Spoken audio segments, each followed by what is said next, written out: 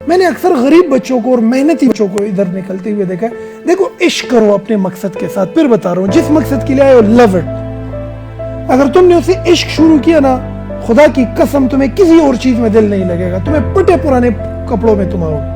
آپ میں سے جتنا فقیر بندہ ہوگا, جتنا عاجز بندہ ہوگا, جتنا جن کے پاس وسائل ہوں گے, اسی پر یقین اور اسی پر اللہ کی رضا راضی ہوگا, وہ بچہ آگے بڑھے گا. اور وہ فریکشن اس کو نہیں ملے گی. فریکشن کہتے ہیں جب دو چیزیں آپس میں ٹکراتی ہے. آپ آگے ایک بہت بڑا کردار بننا چاہتے ہیں, لیکن آپ کلاس روم میں اپنے دوست کے اچھے موبائل میں پڑے ہوئے ہیں. آپ کے اندر اتنی صلاحیت ہے کہ آپ ایک سائنٹسٹ, ایک ایسٹروناٹ اور ایک بہترین لیڈر بن سکتے ہیں, ایک پولیٹیشین بن سکتے ہیں, لیکن آپ کلاس روم میں تیسری قطار میں بیٹھے ہوئے گلزمین جان کے کارٹن کے سوٹ میں پڑے ہوئے ہیں, ان کے ہاتھ میں بندھی ہوئی گھڑی میں پڑے ہوئے ہیں, اس کے پہنے ہوئے چمڑے کے جوتوں میں پڑے ہوئے ہیں, اور اپنے رگڑے ہوئے پٹے ہوئے پرانے جوتوں کے سوچ میں پڑے ہوئے ہیں. تو یاد رکھو آپ کی مثال اس ٹرالی جیسی ہے جو 50 کلومیٹر پر آر کی رفتار سے سپیڈ لیتی ہے اور کیچڑ میں پنسی ہوئی. تو آزاد کرو خود کو ان ٹینشنوں سے.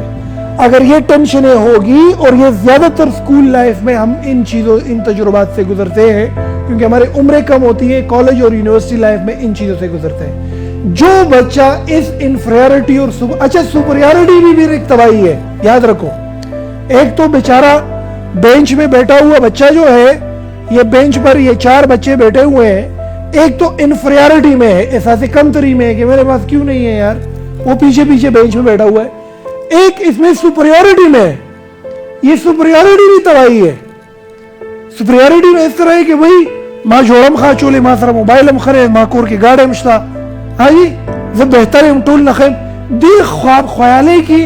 آپ نوٹ کریں کہ وہ سستی کا شکار ہو جاتا ہے, وہ سخجان نہیں بنتا, وہ آسانیوں کی طرف چلا جاتا ہے, اور وہ ایکسپیرینس گین نہیں کرتا. میں نے یہاں پر زیادہ تر غریب بچوں کی سکسیس سٹوری زیادہ دیکھی ہے. کیپ ان مائنڈ کہ میں نے غریب بچوں کی سکسیس سٹوری زیادہ دیکھی ہے, کیونکہ غریب جو ہے زیر آتش رہتا ہے. کیا رہتا ہے؟ وہ مصائب اور مصیبتوں سے نکلا ہوا ہوتا ہے. اس کو اندازہ ہوتا ہے کہ سخت دھوپ کیا ہے, گرمی کیا ہے, سردی کیا ہے. ان کو کم چیزوں کی اہمیت ہوتی ہے, اس کو پراپر یوٹیلائز کرنے کی کوشش کرتے ہیں. لیکن جو سپریورٹی کا شکار ہوتا ہے وہ آرام سے سکون کی زندگی میں بیٹھا رہتا ہے. اور یاد رکھیں کہ great things never come out of a comfort zone.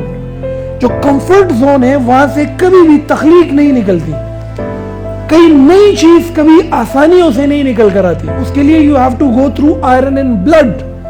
اگر میں کہوں کہ کنگن بنی نہیں سکتی جب تک وہ بٹی سے نہ گزرے, تو ایگزیکٹلی یہ ایک چیز ہے. تو سپریورٹی میں ہونا اور انفیریورٹی میں ہونا, یہ دونوں چیزیں اس طرح ہے کہ یہ آپ کو ڈسٹرکشن کی طرف لے کر جائے گی, اور یہ آپ کے دماغ کا اور آپ کے کوگنیٹو ایبلٹیز کو اور آپ کی انالیٹیکل ایبلٹیز کو, جس سے تم چیزوں کو انالائز کرتے ہو, سمجھتے ہو, اور کوگنیٹو ایبلٹیز کا جس کے ذریعے تم ایک آئیڈیاز, بڑے آئیڈیاز کی طرف جاتے ہو, اور تمہارے اندر جو صلاحیت ہے ان دونوں سے تم کو روکتی ہے.